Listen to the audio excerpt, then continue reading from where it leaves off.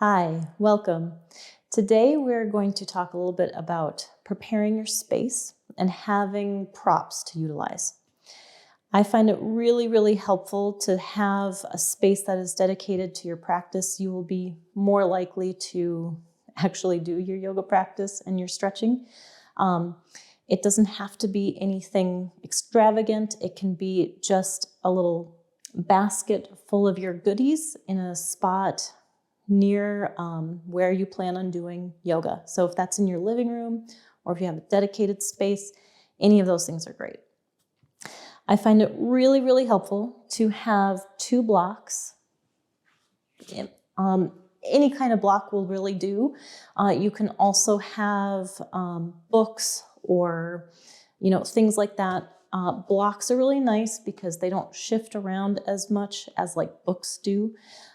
You can get creative if you need to, but if you are able to just get some yoga blocks, that's great. They have foam blocks, which can be nice and cozy. They have a little bit more give, so they squish a little bit, and so that can be nice, especially in a yin practice, because if you're laying on a block, for example, it's a little squishier, and that can feel more comfortable on the spine or even on your knees or things like that, if that's how you're using the block.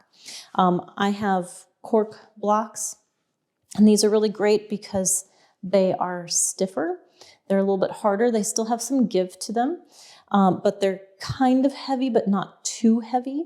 And this is great if you are using them underneath your hands for, a lunge position, for example, something like this. I really like having something that is a little bit more firm and sturdy and a little heavy because they don't wobble as much. If you are doing a standing practice, for example, and you're using these for balance for your hands or something, like for triangle pose or half moon or something like that, these are really stable. A heavy, sturdy block is nice and stable for that. For me, I like these cork blocks because it's a balance between the soft and stable, the heavy and soft. It's a nice balance of those qualities. So I like those for that reason. It's really great to have some kind of strap. You can use a belt or a scarf, or, I have even just used a shirt at times. You just put the shirt around your foot, for example, and away you go. That probably makes more sense with more context to the pose that we're talking about, but don't worry, there's many places where you can just use a scarf or a shirt or something like that. But it is really nice to have a strap. I really like having the strap with a plastic buckle, only because it drives me crazy to have those metal buckles or those like two metal rings where you weave the strap in between the rings, only because they make noise. You move the strap around and it makes a noise and it kind of clinks together, and the Vata in me doesn't like it. It's distracting and I don't like it. So if it doesn't bother you, great. You can use those, or they make them with plastic straps, which are also nice. And it's just nice to have some kind of strap that does have a buckle, because you can easily adjust how long you want it. So a belt or a scarf, you can't make a loop necessarily. A belt you can, but it's not easily adjustable. A scarf, you can tie a knot or things like that, but it's just really nice to have an actual strap. This can come into play with certain poses that you might do in your yoga practice, or for some of you, it may never matter, and so a scarf will be just fine. I also like to have a really long strap. So this one's a 10-foot strap, and I love that because there are poses where I like to pull a little traction, and the longer strap is the only way to get that done. And you'll never regret having too long of a strap. Maybe you will because it's kind of has a long tail, and maybe that is bothersome to you because it gets in the way. But in general, having a long strap just doesn't seem to be a problem. So have some kind of strap or belt or something. I also love having an eye pillow. It is nice to help induce relaxation and it blocks out the light, but just that marma point on the eyes stimulates the parasympathetic nervous system, so it's very calming. With a weighted eye pillow, it is in some places suggested not to have it on your eyes for more than 10 minutes approximately. It is said that it could cause eye damage if you leave it on for longer than that. I haven't necessarily seen solid research showing that, but you never know. So I would say to be on the safe side, if you're going to use an eye pillow, 10 minutes is a good amount of time. It's also nice to have a couple blankets. So I often sit on a blanket.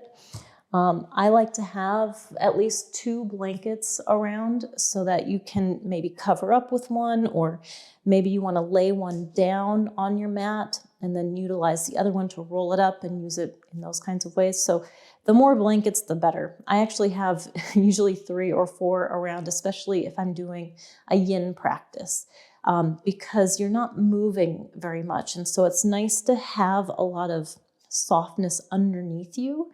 And you might get cold, especially if your space is cold. And so it's nice to cover up with a blanket while you're doing that. And then I like to prop myself up with the blankets. I'll roll them up and put them in a variety of places, and it's lovely, it's wonderful. So you're never gonna go wrong having too many blankets. You don't necessarily have to buy a special blanket, but these Mexican blankets are amazing. I find that they fold up and roll up really nicely without being too bulky.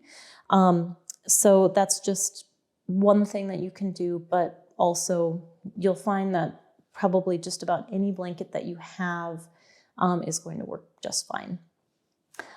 You can also utilize sandbags.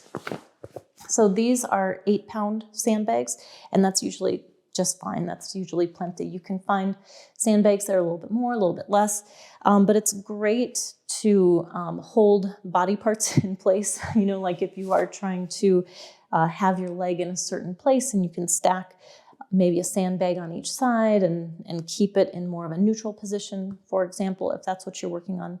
Or in an arm and shoulder opening position, you might have the sandbags on your hands, and that can be really nice.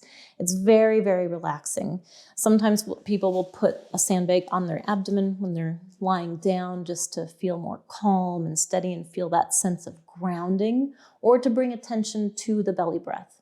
So sandbags are wonderful.